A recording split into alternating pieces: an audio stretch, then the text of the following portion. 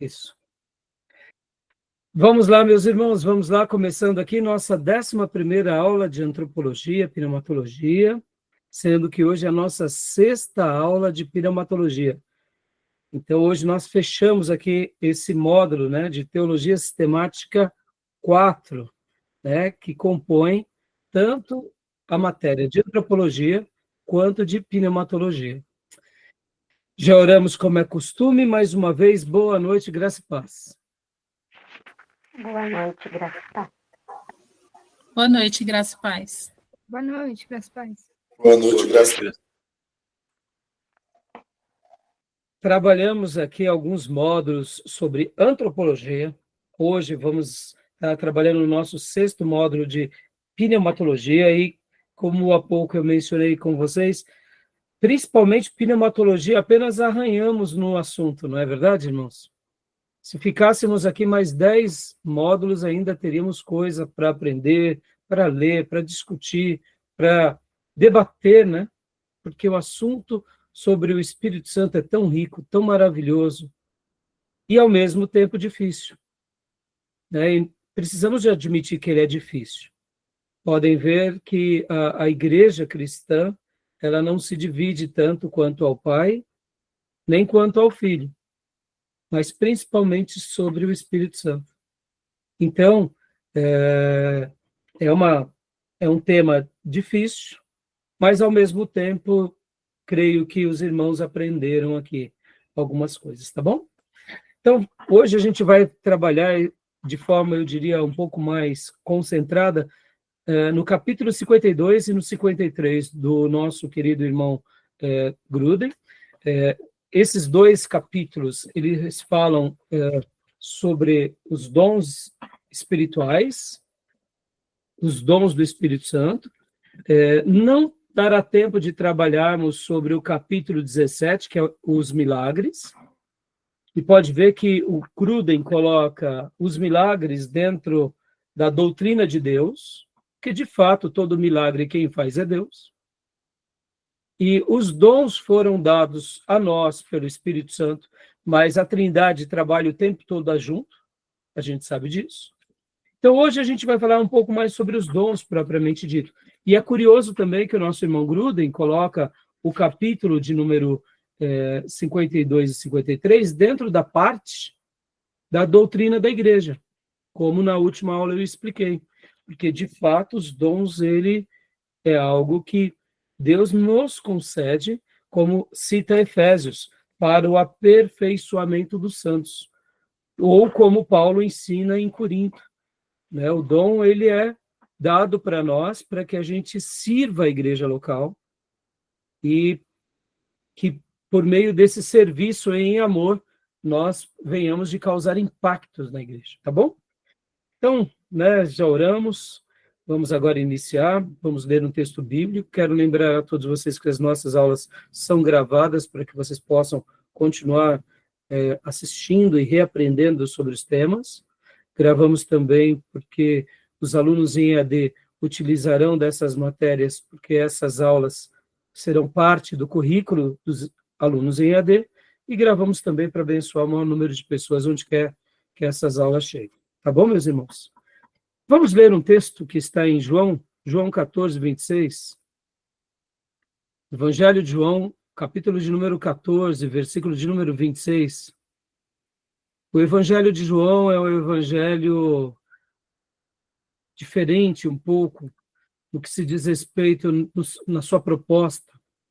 E o Evangelho de João, ele tem uma característica diferente dos outros 3 evangelhos. E o capítulo 14 e o capítulo 16 também tem, eu diria, uma abordagem bem diferente, né, dos outros textos, dos outros evangelhos. Porque tanto no capítulo 14 quanto no capítulo 16, fala-se sobre o Espírito Santo de Deus. Então, são 2 textos maravilhosos que retratam bastante sobre o Consolador, ou o Paracletos. Vamos ler 14, 26? Estou publicando aqui na tela, mas o irmão pode ler na sua Bíblia, a versão que você tem. Quem desejar pode ler para nós. João 14, 26. Eu vou ler, então. Pode ler. Pode ir. Mas o Consolador, que é o Espírito Santo, que o Pai enviará em meu nome, ele vos ensinará todas as coisas e vos trará à lembrança todas as coisas, tudo quanto eu vos tenho dito. Amém. Que ele continue nos ensinando tudo o que aprendemos sobre Deus, sobre Jesus, sobre a palavra de Deus, sobre as doutrinas, e que todos nós continuemos crescendo, e que nas verdades sagradas, e que o ensino do Espírito Santo sobre nós se dê principalmente na revelação especial, mas não somente nisso, mas em toda a revelação. Toda a revelação de Deus, seja ela natural, ou seja ela também revelação especial, ou seja, que em todas as áreas da nossa vida, que sejam bênção, que o Espírito Santo possa nos ensinar e nos fazer lembrar de tudo que um dia a gente aprendeu. Tá bom, meus irmãos? E vamos então trabalhar, né, dentro das temáticas de hoje, tá bom? Vamos aprender um pouco mais sobre os dons espirituais. Beatriz, você tinha falado, né, há pouco, tinha feito uma pergunta, eu gostaria que você fizesse de novo. Sim, a respeito do capítulo que está falando sobre o batismo no Espírito Santo.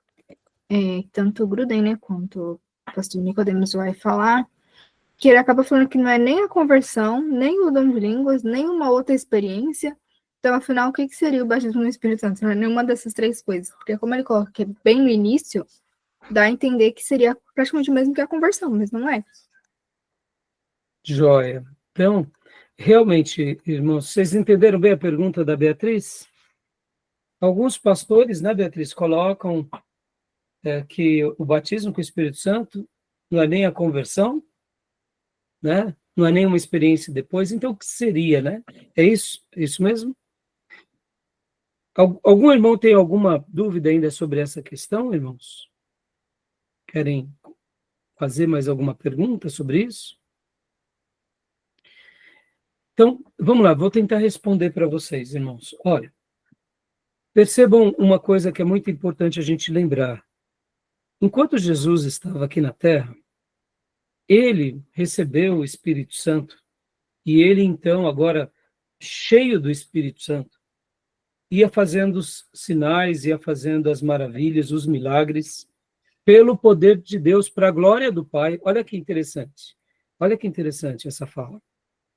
Jesus estava realizando uma obra inédita para glorificar o Pai, ele como o segundo Adão, ou seja, o Deus que encarna, mas agora ele estava trabalhando sobre o poder e influência do Espírito Santo. Percebam que a Trindade está trabalhando o tempo todo, não é?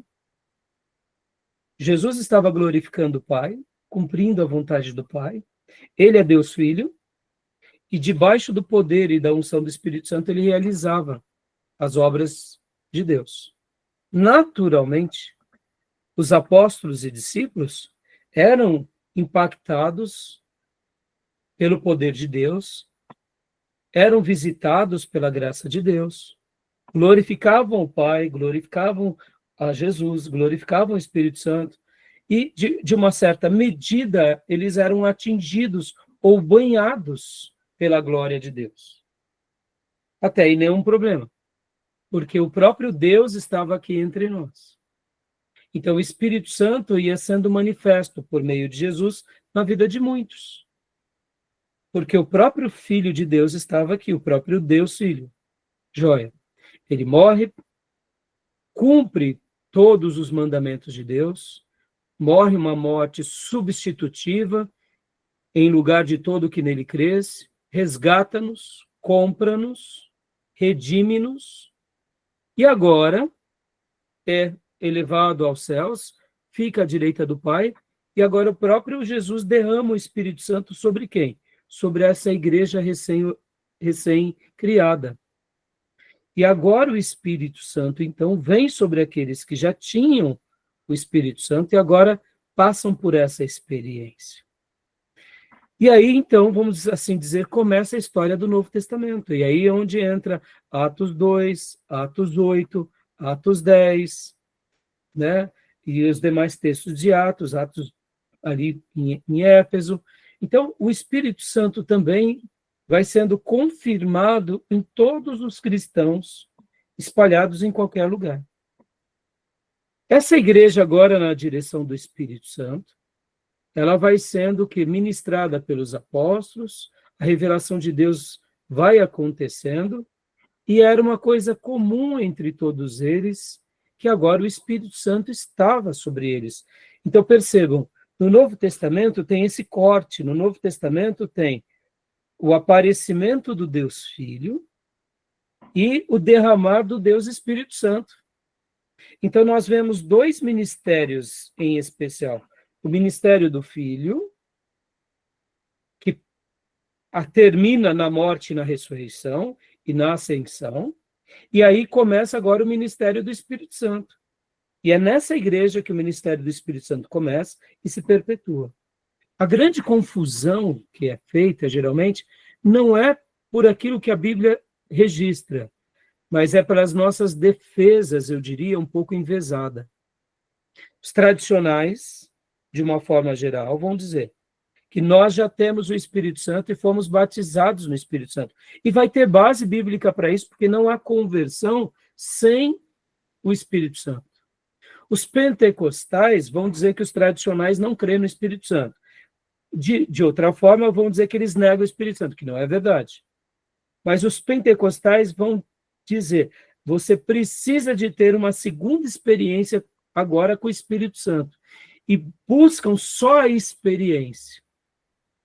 Como que se a experiência fosse praticamente algo que vai mudá-los para o resto da vida. E não dão uma ênfase tão grande à plenitude do Espírito Santo, que também é outro erro. Então, percebam, o problema, eu diria, está muitas vezes nessas defesas envesadas. Vamos lá, colocando aqui em miúdos. Todo mundo que realmente se converteu, ele já tem o Espírito Santo.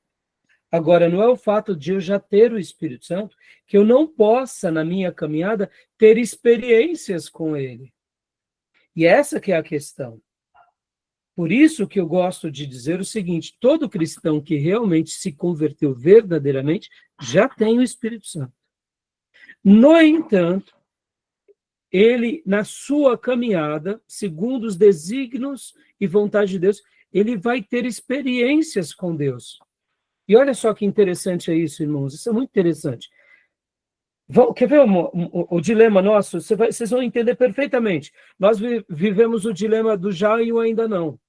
A doutrina do Espírito Santo passa muito por essa experiência do já e do ainda não. Quer ver um exemplo?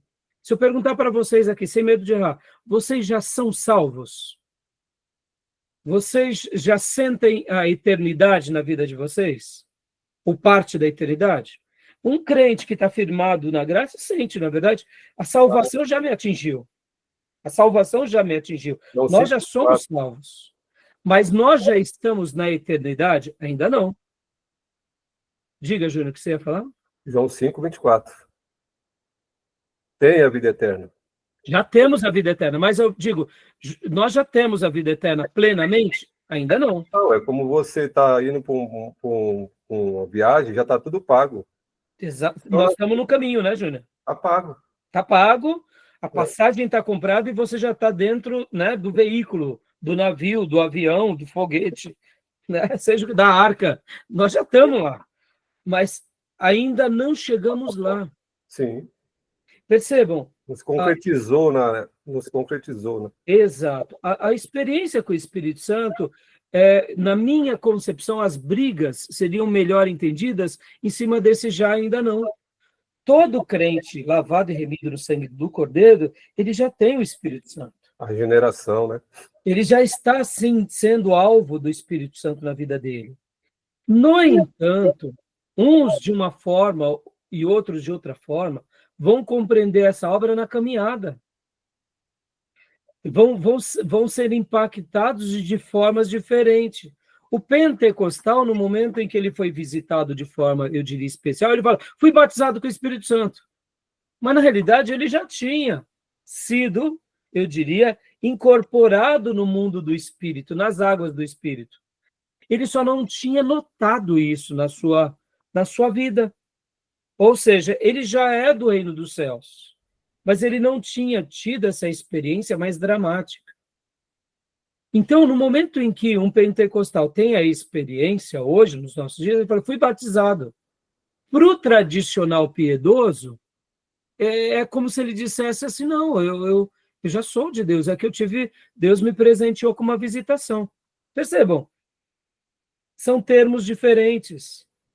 É claro que aqueles tradicionais que negam essa experiência, eu diria que eles estão se limitando a algo, dizendo, não, isso aconteceu só na Bíblia e não acontece nunca mais. Na minha opinião, eles estão indo para um radicalismo errado. Por quê? Porque eles deviam dizer assim, olha, eu não posso dizer que não pode acontecer hoje, só porque não aconteceu comigo. Estão entendendo? Sim. Então, Beatriz, e eu gosto dessa analogia, como eu mencionei há pouco, antes da gravação, do mar.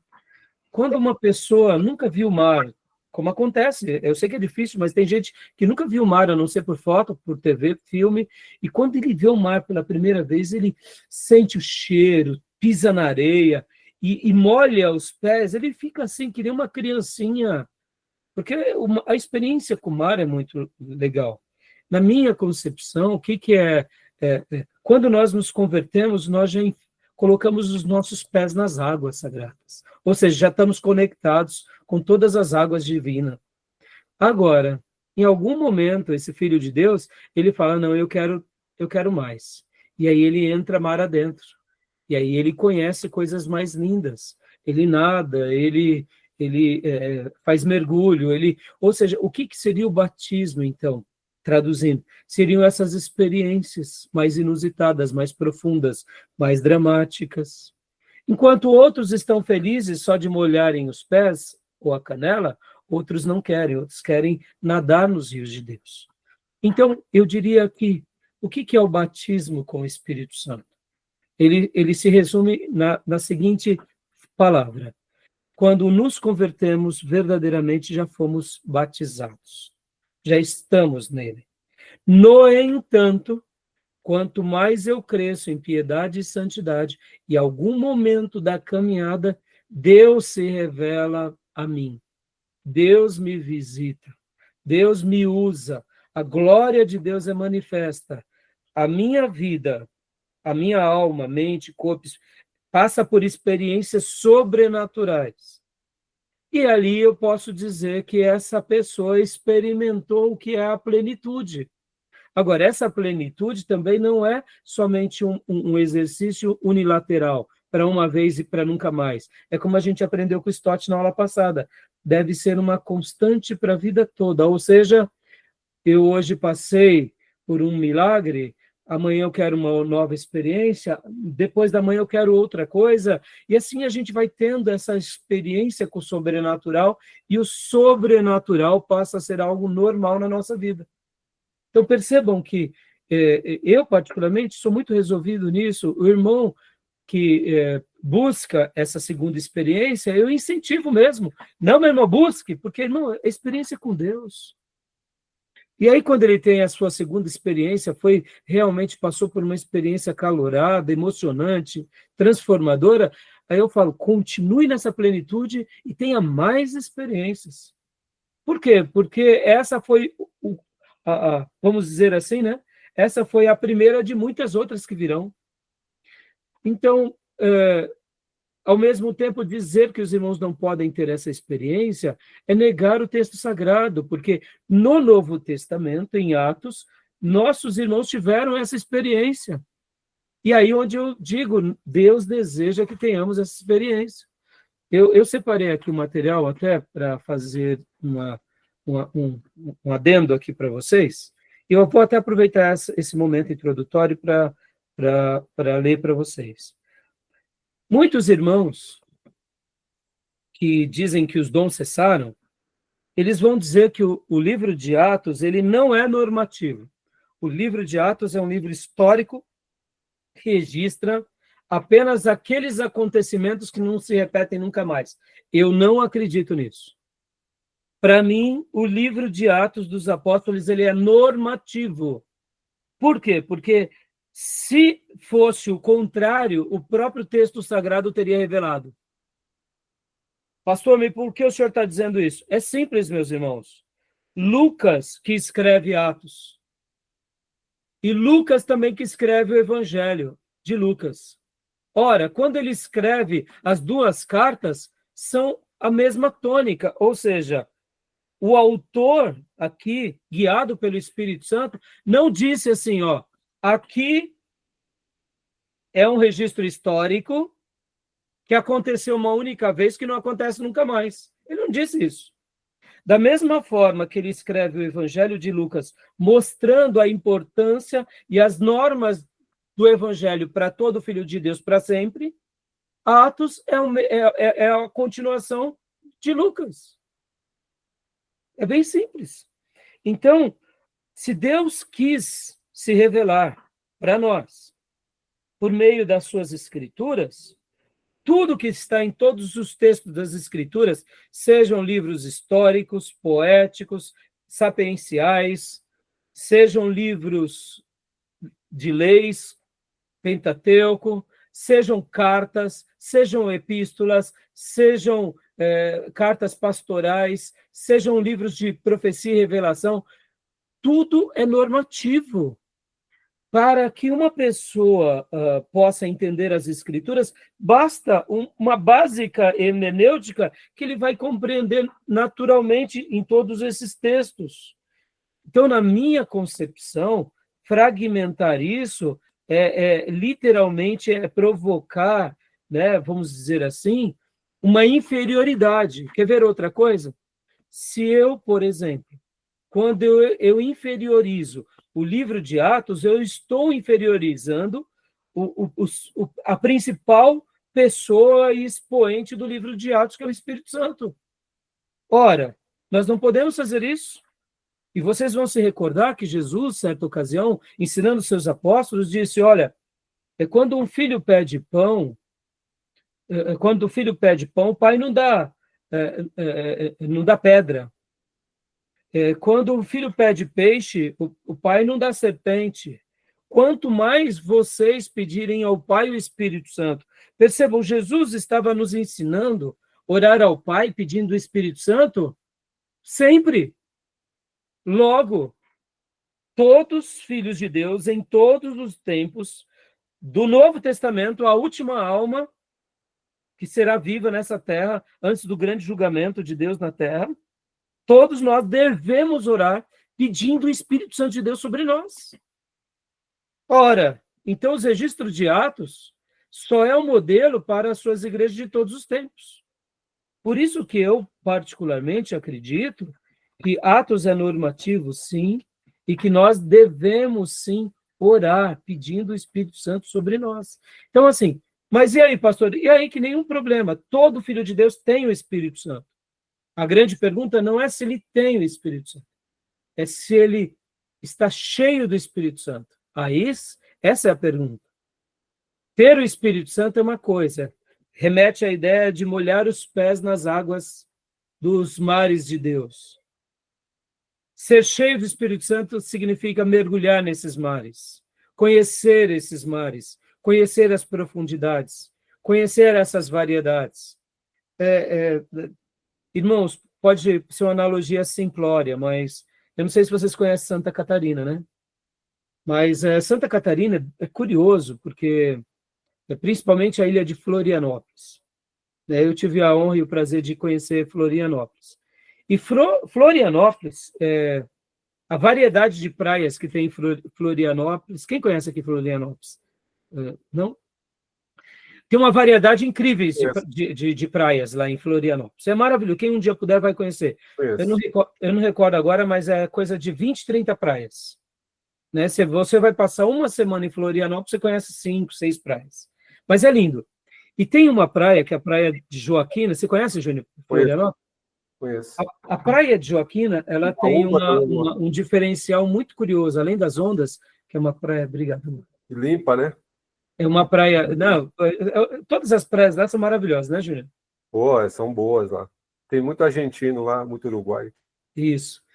E a praia da Joaquina, olha só que curioso, ela literalmente, ela tem uma correnteza diferente das outras praias. Baúba não tem.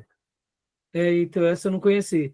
Mas as águas da praia, né, de Joaquina, elas são geladas. São. Então, você está numa praia aqui. Olha que loucura. Você está numa praia, numa região, sei lá qual, sei lá, qualquer uma praia. Você está tomando banho na água do mar, você sente a água quentinha nos dias de verão. Aí você vai na mesma hora, você pega o carro, anda meia hora, vai para a praia da Joaquina. Você entra na água lá, é uma água gelada, irmãos. Parece quando você entra... Sabe quando a gente entra aqui no litoral norte, por exemplo, no inverno, nessa época, que a água está bem gelada no dia de sol, mas está bem gelado, que você toma aquele choque térmico. E é curioso. Você fala, eu não acredito. Eu estava meia hora daqui, mas o que aconteceu? As correntezas. São correntezas de águas diferentes. Olha, se não me falha a memória, vem do sul. São correntezas geladas, né? Vem da região... Então, percebam, parece loucura, né? É isso, Beatriz. Então, voltando à analogia, quando nós nos tornamos pleno do Espírito Santo, ou seja, o Novo Testamento vai falar que essa experiência é um batismo total, é uma imersão plena. Por isso que alguns irmãos que viviam uma vida, muitas vezes, durante muitos anos da sua vida, sabe, naquela religião legalista, né? Muitas vezes sendo um cristão legalista, sem romper o pecado, de repente, um dia eles começam a buscar a Deus e eles sentem que a vida deles é transformada, e aí falam, fui batizado. É isso aí, você se tornou pleno, você não era, se tornou pleno. Foi um batismo? Foi. Mas ele já tinha? Tinha. Ele já era, em tese, batizado? Era, mas ele mesmo não tinha essa consciência. E agora, pela graça de Deus, os seus sentidos, a sua vida, a sua mente foi despertada. E alguns desses irmãos, quando recebem uma visitação como essa, vêm com dons, vêm com uma manifestação espiritual. Por isso que o movimento pentecostal criou força. Por quê? Porque realmente resgatou esse modelo apostólico. E não está errado, meus irmãos. Agora, onde entra o erro? Na minha concepção, quando a gente busca somente a experiência sem a plenitude. Ou seja, eu busquei a experiência, busquei o batismo, e agora eu estou satisfeito porque atingi tudo, eu não preciso mais me manter na santidade. Entenderam? Aí é onde entra o outro erro. Então, não sei se eu te respondi, tá, Beatriz? Tudo bem? Tudo bem, filhos? Tudo bem, meus irmãos? Deu para esclarecer? Alguma dúvida dos irmãos? Não? Então, beleza, vamos lá. Mas podem continuar me perguntando, tá, meus irmãos? Me entendam, irmãos, eu não quero aqui reinventar a roda, né? Mas eu quero dizer o seguinte, irmãos, que o batismo com o Espírito Santo, segundo o livro de Atos, é uma experiência que o cristão vai passar em algum momento. Mas ele já foi batizado já, mas ele não caiu em si. Ele ainda não viu aquilo. Em algum momento ele vai ser tomado. Claro, se ele realmente buscar a Deus. E deixa eu concluir com essa fala. E por que Deus fez assim? Por que Deus deixou algo meio misterioso? Meus irmãos, eu acredito que Deus deixou algo meio misterioso de propósito. Deus deixou algo assim meio misterioso porque Ele quer ver em nós a nossa dedicação por Ele. Pode ver, irmãos, são poucos os irmãos ou as irmãs que passam por uma experiência sobrenatural sem buscar a Deus de todo o coração. Existem essas exceções? Existem. Mas são mínimas. Como que acontece, via de regra, com o povo de Deus? É o modelo da igreja lá no cenáculo. Eles estavam o quê? Orando, buscando a Deus. Podem ver, Cornélio estava fazendo obras de piedade, ou seja, ele era um homem devotado, ele buscava a Deus do jeito dele. Os samaritanos, ao ouvirem Filipe, a mesma coisa, estavam buscando a Deus. E os irmãos de Éfeso, a mesma coisa. Percebam, todos eram piedosos. E na piedade, você vai ter um encontro com esse Deus maravilhoso na terceira pessoa da Trindade. Você vai ter uma experiência. Pastor, pode ter exceções? Pode. Uma pessoa pode ter uma visitação de Deus? Pode. Mas é uma exceção. A grande maioria das vezes é meio misterioso e Deus deixa assim meio reservado porque Ele quer ver em nós o desejo de conhecê-lo, de se relacionar com Ele. E é mais ou menos isso. É por isso que o texto vai mostrar algo como do tipo, aquele que bate, a porta se abre, aquele que busca, encontra. E então é mais ou menos nessa relação. Deus deixou algo do melhor reservado, porque Ele quer ver aquele filho, aquela filha clamá-lo de todo o coração. E nesse momento que começa a clamar, começa a buscar, aí ele se manifesta. E quando ele se manifesta, é como se essa pessoa que já possui, agora então, tomasse ciência. Meu Deus, é maravilhoso! É como se Deus lá no céu dissesse assim, meu filho, é tudo isso que eu tenho preparado para você. Só você que não tinha se apropriado de tudo isso. Entendeu? Tá bom, filha? Fui um pouco prolixo aqui, mas o meu grande alvo é tentar esclarecer todos vocês. Mais alguma dúvida, meus irmãos? Hoje é o nosso último dia, então quero esclarecê-los, tá? Tirar a dúvida de vocês é mais importante do que a gente, né, fazer outras coisas. Diga, minha irmã Miriam, pode falar. Pastor, eu queria fazer uma pergunta aqui sobre o Espírito Santo. Quando João Batista, ele batiza, né? Ele falou que vai vir batizar com o Espírito Santo e com fogo. Aí ele está batizando com o Espírito Santo. E esse fogo, o que seria esse fogo? É igual lá que teve na sarça ardente? Então, fogo. Irmã, olha... Fogo seria fogo literal? Então, por isso, assim, né, vamos tentar aqui dizer assim, o texto bíblico, quando vai falar com o Espírito Santo e com fogo, perceba, como eu já mencionei para vocês nas aulas passadas, pode ser tanto uma coisa como outra coisa. Pode significar juízo? Pode. Alguns pastores vão falar que ali é o juízo de Deus. Nenhum problema. Mas eu, particularmente, acredito que essa questão está mais ligada não ao juízo de Deus, mas essa questão da experiência no Filho de Deus com o Espírito Santo. Esse fogo purificador, essas manifestações muito pessoais. Percebam que, irmãos, a matéria de pneumatologia, que é a doutrina do Espírito Santo, muitos irmãos nossos, teólogos, vão colocar junto com as doutrinas da aplicação da redenção. Ela é uma matéria que tem muito a ver com a nossa prática, com a nossa experiência. Então, irmã Miriam, eu particularmente acredito que o Espírito Santo e com o fogo ali, na minha concepção, tem a ver com essas experiências, Miriam, de nos marcar, de nos queimar com o fogo santo, mas não nos consumir. São experiências que nos marcam, experiências que nos transformam, experiências que nos melhoram, experiências que fazem com que rompamos obstáculos. Sabe aqueles obstáculos intransponíveis? Deixa eu até aplicar aqui, irmãos. Vamos lá. Quem foi liberto de um vício sabe muito bem o que eu estou dizendo. Não existe vício pequeno ou vício grande. Mas um vício é uma algema que nos aprisiona fisicamente, emocionalmente e muitas vezes espiritualmente. Podem ver que tem vícios que têm origem numa escravidão espiritual.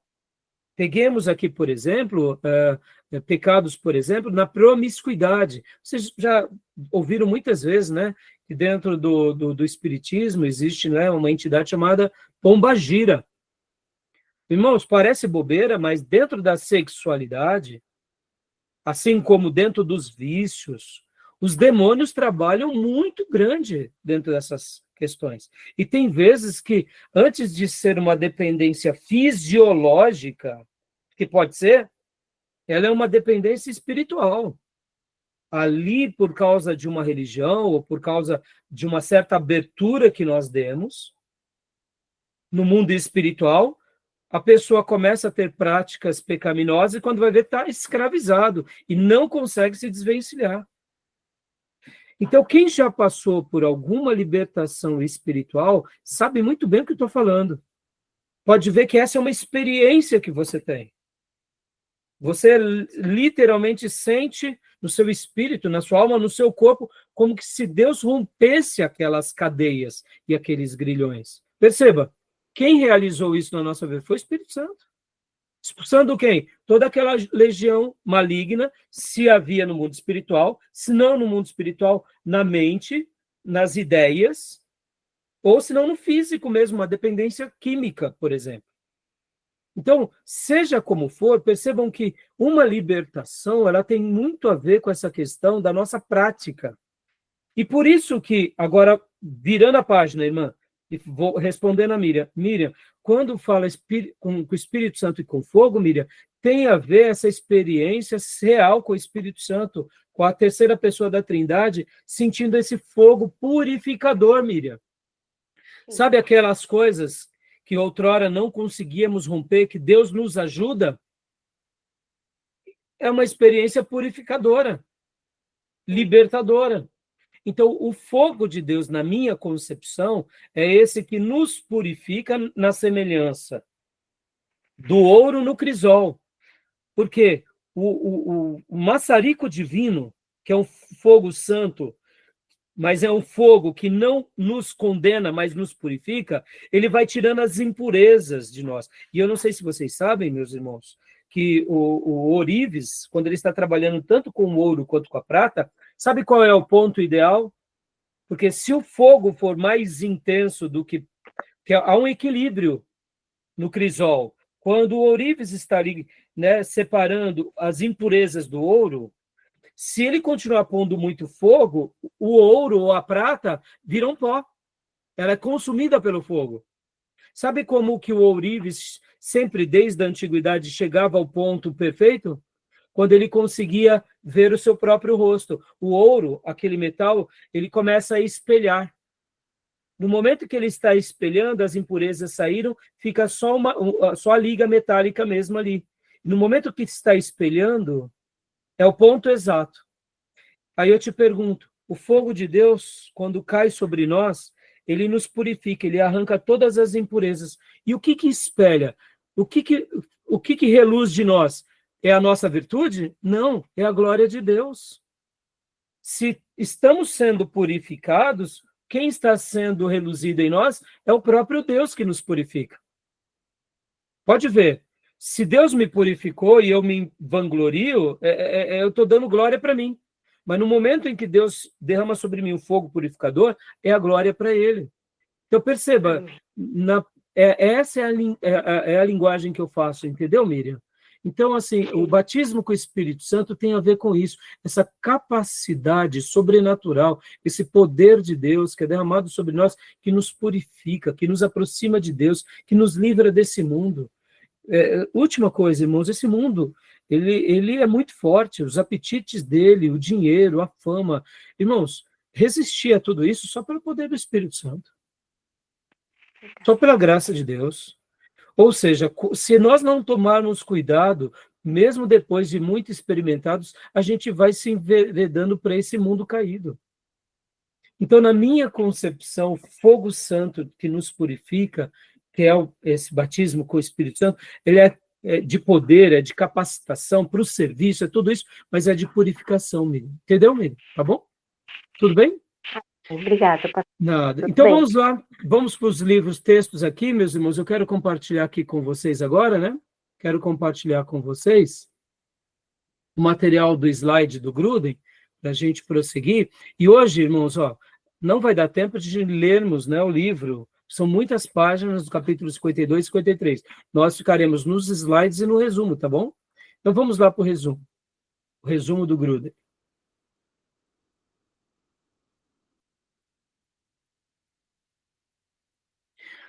Irmãos, tem horas que eu tento ter uma palavra aqui para vocês, mais simples, mas Eu não quero ir para o simplismo, tá? Quero ser simples sem ser simplista. Mas tem vezes que a melhor explicação para nós são aquelas que o texto sagrado sempre nos ensinou.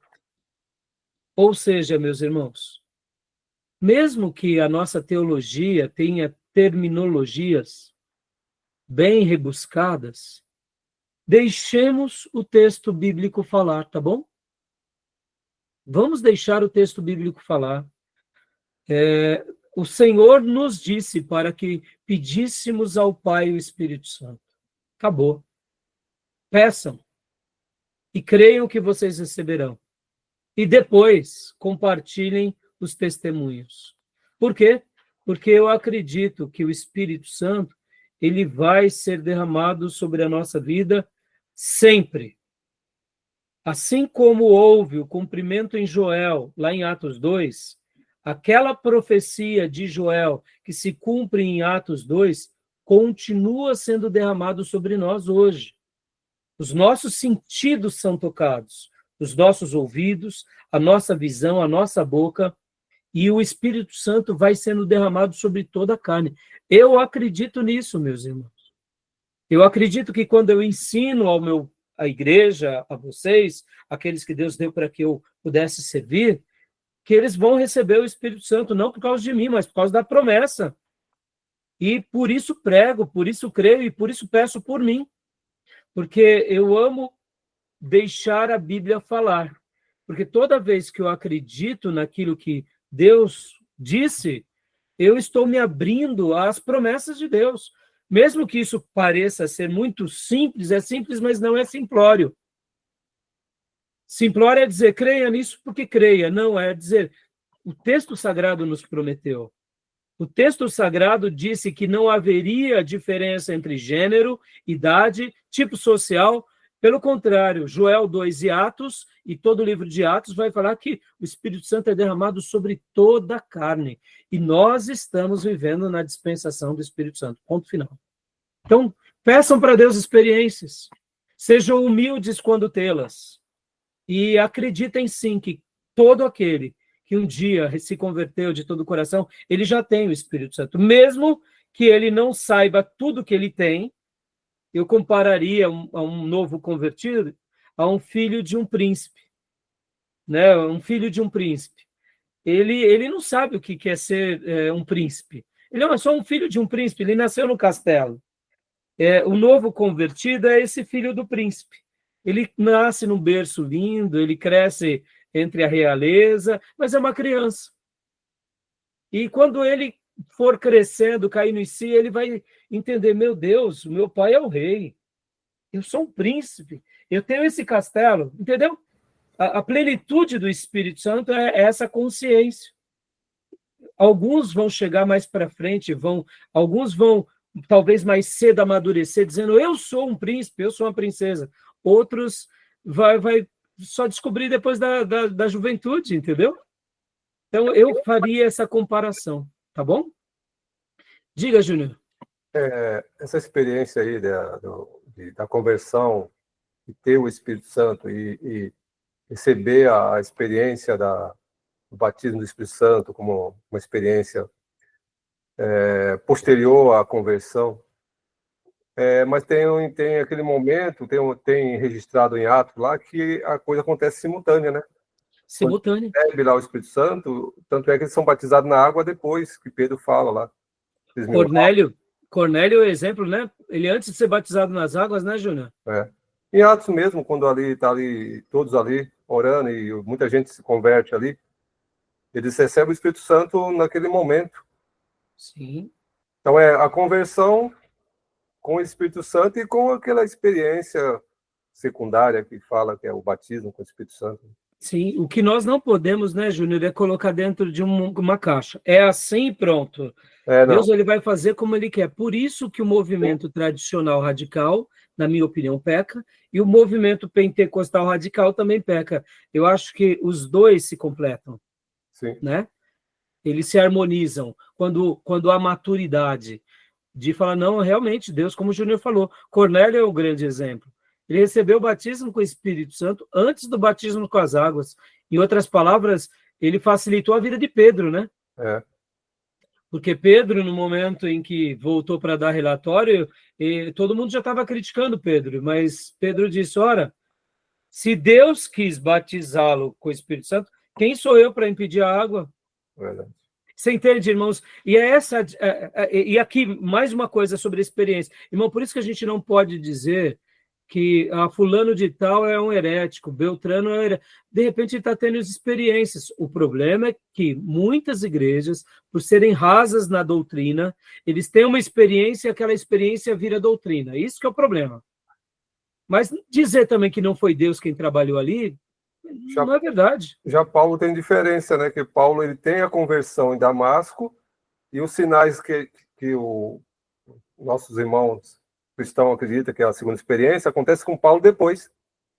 Ele fala língua, que ele diz que fala mais língua de qualquer pessoa, né? Paulo diz. O Paulo já é mais difícil de entender, né, Júnior? Porque a gente nota que, inclusive, ele teve uma experiência de cegueira, né? Sim, ele vê assim, Cristo, fica cego, sim. E que no momento das águas, em que ele é batizado nas águas, é um milagre, que cai as cegueiras dos olhos como escamas, dando uma ideia até forte ali, né? Uhum. De milagre físico, né? Algo que atinge os seus olhos, né? Mas, assim, exatamente, Júnior, Paulo teve uma experiência diferente, né? É porque é claro, né? Ele recebeu o Espírito Santo, né? Não é na conversão que recebe o Espírito Santo, todo cristão? Então, só que a gente tem que ver que ali, né, Júnior, de uma forma inusitada, ele não recebeu o Espírito Santo, mas ele recebeu o próprio Cristo, né? Então, estou falando, mas pela concepção de quem converte. Sim. Então, tu diga assim, e a experiência que Paulo tem depois, de milagre, de ser usado, que ele fala, ele diz que fala mais língua do que qualquer pessoa. Sim. Não deve desprezar o dom de língua. Sim. A experiência de Paulo vem depois dessa conversão. Sim, exatamente. Não, é isso mesmo. Obrigado, Júnior. Nesse sentido, vem as grandes experiências de Paulo e vem bem depois, né? Os próprios 12 apóstolos, né, Júnior? Pode ver, eles estão 3 anos ao lado de Jesus, tem aquelas experiências de quando Jesus manda eles irem nas cidades com os 70, mas eles vão ser realmente experimentados e passar por uma experiência íntima e pessoal poderosa no Pentecostes, né? Ou seja, eles já tinham uma noção do que era, assim, mas só em Pentecostes houve algo inusitado na vida deles, né? Tá bom, meus irmãos, vamos lá. Olha aqui, rapidamente, né? Leia para nós, Júnior, por gentileza, esse slide.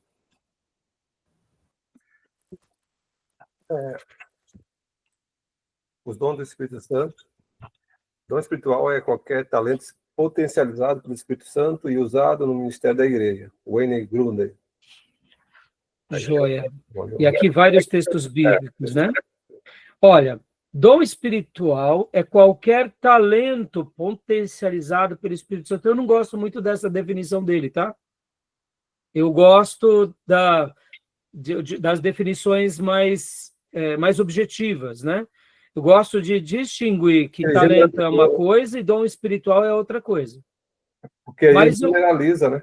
Ele acabou sendo um pouco mais generalista e, na minha opinião, acaba não se tornando algo muito bom, tá bom? Mas, assim, dom espiritual é uma coisa, talento é outra coisa. Só para adiantar aqui para vocês. Na vida, de uma forma geral, as pessoas têm talentos. Natural. Lembra que eu te falei? Exato, talentos naturais. No entanto, esse talento espiritual se torna o dom espiritual, né? Então, pode ver que ele coloca dom espiritual é qualquer talento potencializado pelo Espírito Santo. Então, eu não penso dessa forma. Ele não está dizendo uma heresia, não é isso. Mas essa definição não é muito boa para mim, tá bom? Ela não me agrada muito, não, tá? É como se talento fosse aquela parte natural que ele está falando? Que a pessoa... Sim, é uma parte natural, só que agora vem o Espírito Santo e melhora. E eu não creio assim, Beatriz, sabe por que não? Eu creio que talento é uma coisa, por exemplo, eu distingo talento de habilidade, talento igual habilidades naturais. Dom espiritual, habilidade espiritual. Uma coisa é habilidade natural, chamada talento, e outra coisa é habilidade espiritual, chamada dom. Por exemplo, eu não posso profetizar simplesmente, vamos imaginar, né? Os profetas, eles não profetizavam por causa que eles tinham um talento, porque eles eram oradores. Não, não, não, não, não. Não. Moisés não sabia nem falar direito, entendeu? E ele era profeta. Então a pessoa pode ter até o talento da oratória, ser um bom comunicador, e da conversão ele se converte, se torna um professor, se torna um pregador. Mas agora, como pregador, então ele tem o dom, ele recebeu o dom da pregação, ou era o talento da oratória? Perceba? Então, assim, eu sei que esse assunto é um pouco complexo, porque, por exemplo, vão ter certas ocasiões que o talento vai ser agraciado pelo Espírito Santo. Por exemplo, o dom de artífice. Muitas pessoas têm um talento. E ele tem o talento de fazer obras de todos os tipos, né, de ouro, prata, madeira. Só que ali, por exemplo, no tabernáculo, pode ver que o Espírito Santo capacitou ele com aquilo. Ou seja, aquele talento agora recebeu também uma graça de dom. E agora ele consegue fazer coisas aonde Deus é glorificado, que tem essa nuance maior, tá entendendo? Então, em alguns momentos, na história bíblica, isso vai acontecer. Por exemplo, uma pessoa que tem o talento da música. Ou seja, é um talento, a pessoa nasce com essa habilidade. Tá, então agora, aonde entra o dom? Em algum momento, pela consagração dessa pessoa, essa pessoa é agraciada pelo dom do louvor. Ou seja, aquilo que era algo apenas humano, emotivo, técnico, agora ele recebe a graça e o dom de Deus sobre aquilo. E pode ver que aí a pessoa canta ungida pelo Espírito, compõe, é o caso de Davi. Nós não podemos negar que Davi, por exemplo, ele tinha o talento musical, mas em algum momento na vida dele ele foi agraciado com o dom da adoração. Pode ver que ele faz poemas que até hoje nós adoramos a Deus. E ele se torna um profeta também, como poeta. Diga, Júnior. Então, como a gente consegue harmonizar a questão da parábola do 10 talentos, que Deus fala que ele teve que granjear, e ao mesmo tempo a gente pega Paulo falando para Timóteo, não negligencie o dom que recebeu de Deus, que foi posto sobre as suas mãos. Como a gente harmoniza essas duas questões? Porque tem dom, segundo o Wayne Grudem, que ele é temporário, e ele depende de Deus. Por exemplo, o dom de cura. Eu posso ter o dom de cura e você não ter o dom de cura, mas eu não vou fazer. Existe a soberania de Deus, além de eu ter o dom de cura, mas não é qualquer hora que vai ser, porque depende do dom de Deus. Sim, não tenha dúvida. Então, como que a gente harmoniza, Júnior? Fazendo até uma breve citação aqui, uma análise do texto. Na parábola dos talentos, nota que o nome é parábola dos talentos. Ali é só uma parábola, que está remetendo à ideia daquilo que Deus nos dá. Logo, a interpretação, a melhor hermenêutica ali, seria de dons de Deus, não apenas talentos nos sentidos humanos, né? Então, essa questão de potencializar, sim, a gente deve exercitar para melhorar, como eu citei Davi agora. Davi, um dia ali, como um simples pastor de ovelha, já fazia ali os seus poemas, já tocava o seu instrumento, e ele continua se esmerilhando sobre ele continua desenvolvendo o seu talento. Então, perceba que nós não devemos, de fato, esconder o talento, como a parábola cita. Nós devemos potencializá-la, em outras palavras, exercitá-la, aprimorá-la. Veio o presente de Deus sobre nós, e agora nós não limitamos aquele presente, antes nós potencializamos ele. Nós continuamos crescendo. Vamos lá, vamos pegar um exemplo aqui nosso. Olha só, todos nós aqui estamos potencializando os nossos talentos. Mesmo eu já tendo mais de, né, eu me converti aos 17 anos de idade. Estou com 54 anos, né, fiz 54 anos. Percebam, meus irmãos, olha só, ao estudar para dar aula para vocês, eu estou aprendendo ainda, eu estou me aprimorando. E por isso eu pretendo dar aula a vida toda, porque eu pretendo a cada dia crescer, porque não há melhor maneira de aprender do que ensinando. Eu preciso aprender 2 vezes mais para poder passar para vocês. E percebam como isso é um exercício de piedade no meu dom de ensino.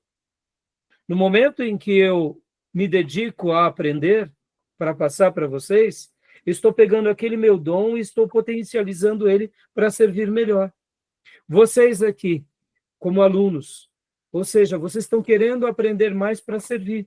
Então, percebam, Júnior, a gente harmoniza dessa forma, né? Seja um dom espiritual ou seja um talento, nós continuamos zelando por ele, continuamos nutrindo ele, continuamos investindo sobre ele, né? Porque senão a parábola, eu sei que é uma parábola dita por Jesus, mas nós podemos sofrer desse mal de desconsiderar dos presentes de Deus.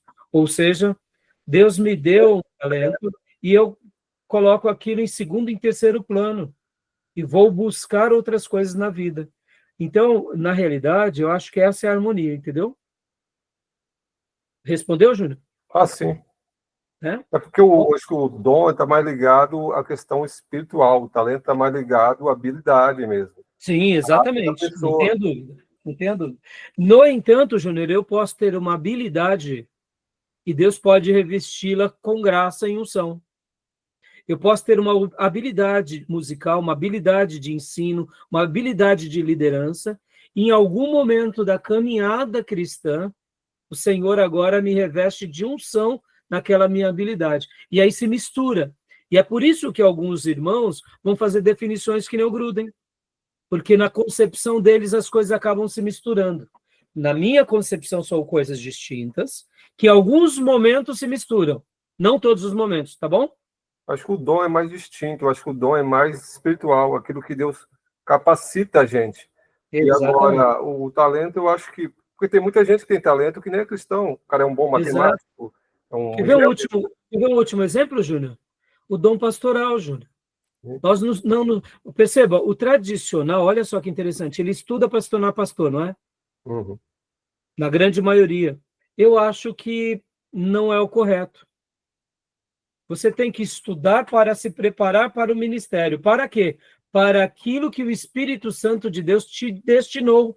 Sim, sim. Porque o dom não vem do homem, não vem das habilidades. Verdade, ou seja, verdade. Estou fazendo teologia para me aplicar àquilo que o Espírito Santo me separou. Por exemplo, estamos nessa classe. Eu não sei quem vai ser aqui pastor, quem vai ser missionária, quem vai ser professor, quem vai ser um proclamador do evangelho, um evangelista. Então, percebam, talvez alguns de vocês aqui serão gestores públicos. Ah, mas não tem nada a ver fazer teologia. Claro que tem tudo a ver. De repente, o seu dom está na gestão pública. E você vai ser agraciado por Deus de ser um ministro do evangelho na gestão pública.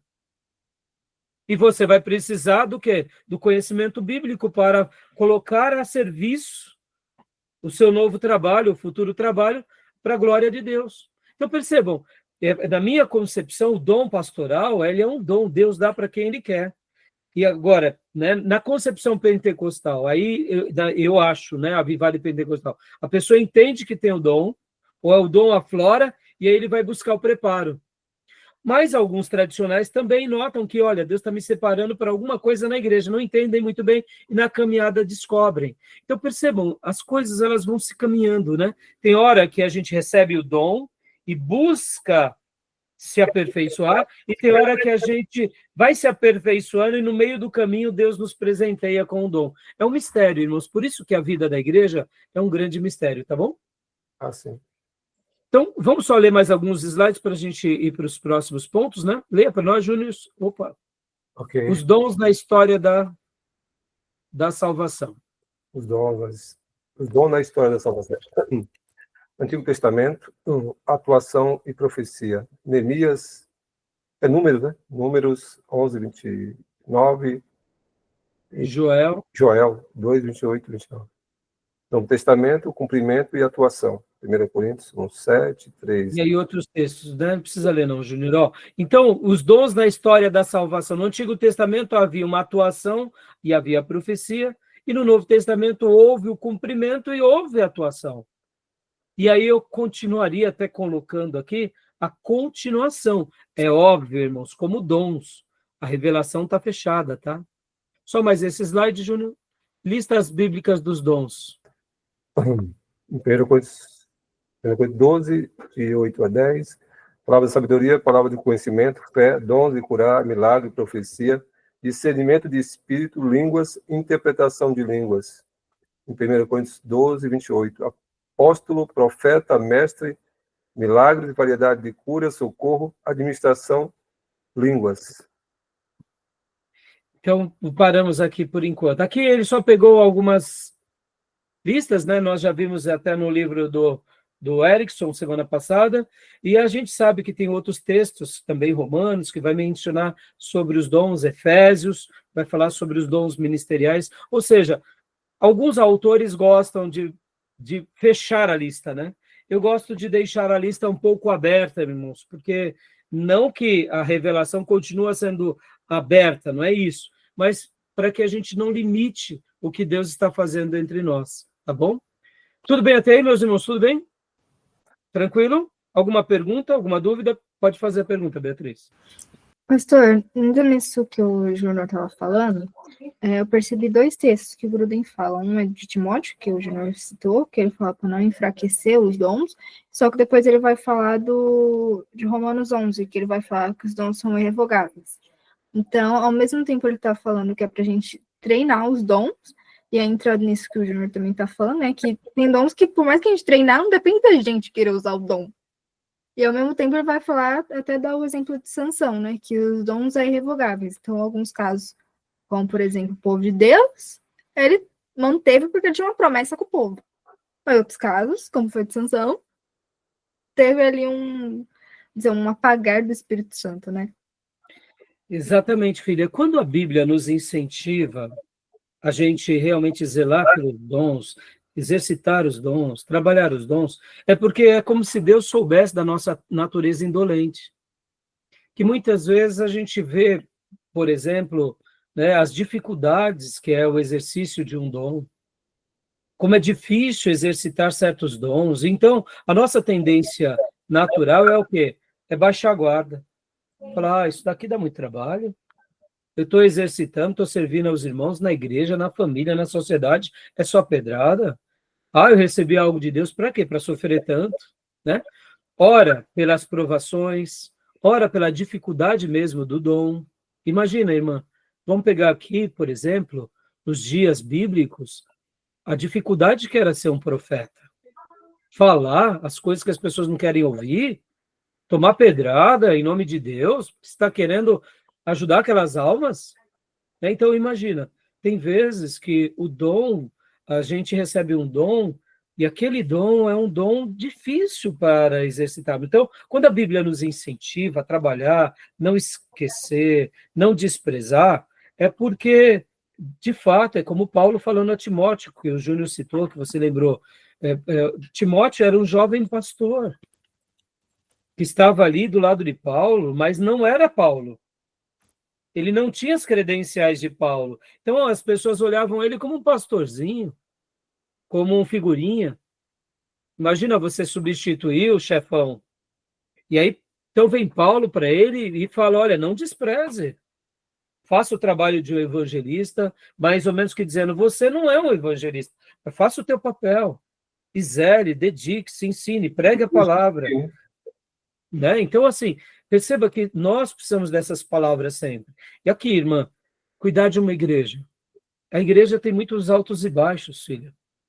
Tem hora que você tem grupos que te amam, te adoram, te dão presente, é assim, uma coisa que você fala assim, meu, que povo... E tem hora que só toma pedrada. Passa 6 meses, 1 ano, aquele mesmo povo que estava te amando, agora está te criticando. Se a pessoa não tem consciência de que foi Deus que separou, a pessoa para. A pessoa volta a pescar, que nem Pedro e os apóstolos. Sabe assim? Ou se não pega a estrada de Emaús, vai embora. Fala, não, esse negócio está muito complicado. Viu? Então, diga, Júnior. Só para dizer que a Beatriz, que no Grunde não há nenhuma contradição. Eu li esses textos aí todinho, eu entendi. Vou te pegar a parábola dos talentos, Jesus fala lá em Mateus 25, 29, ele diz o seguinte: mas ao que não tem, até o que tem será retirado. Ou seja, sanção por imoralidade, Deus tirou o dom.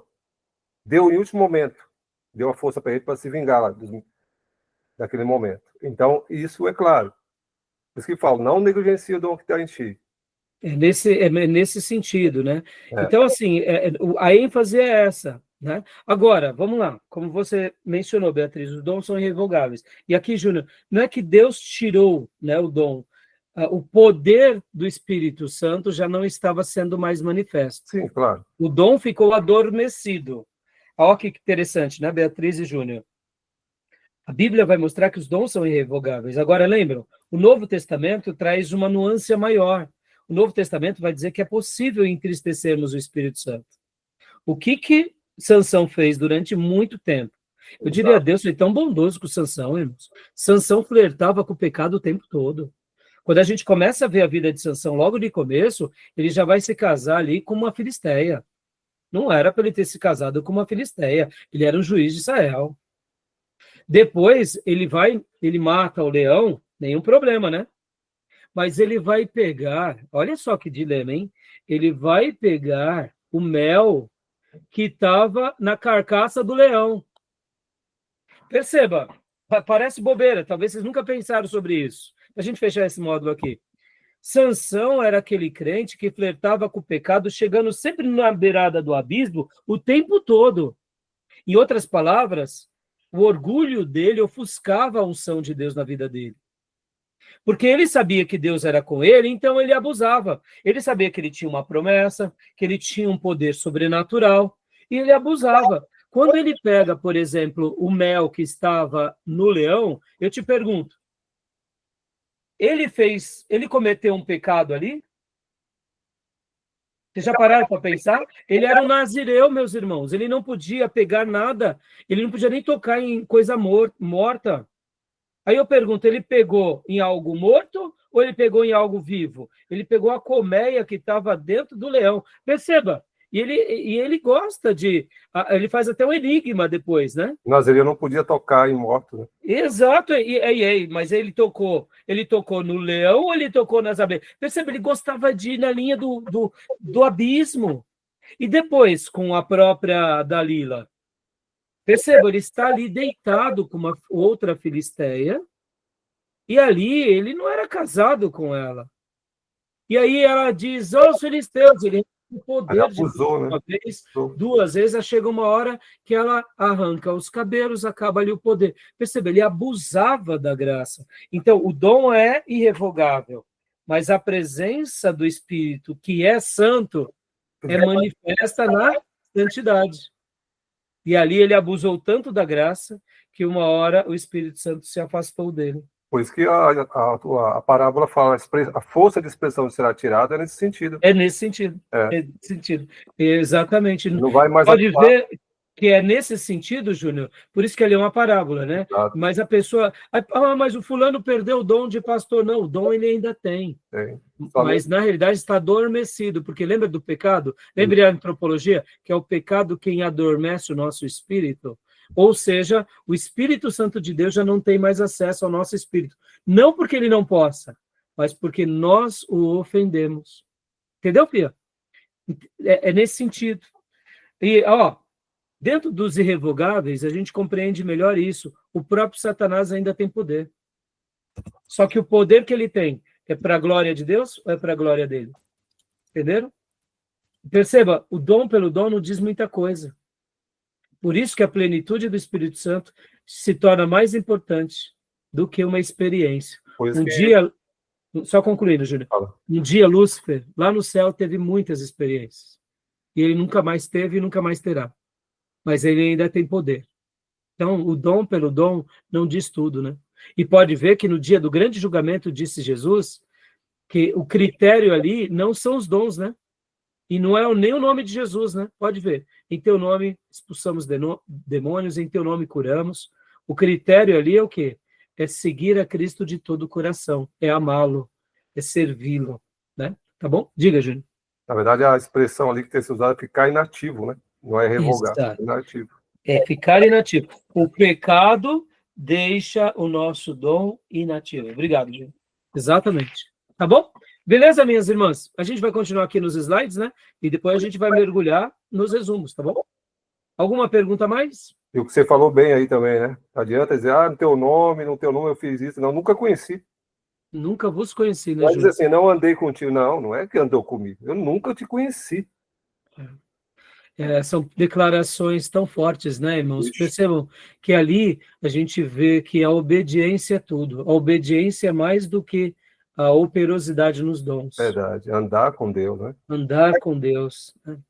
Tá bom? Que Deus nos ajude, meus irmãos. Tá joia? Então, vamos para o nosso intervalo e em minutos voltamos? Beleza. Fechado. Então, até já.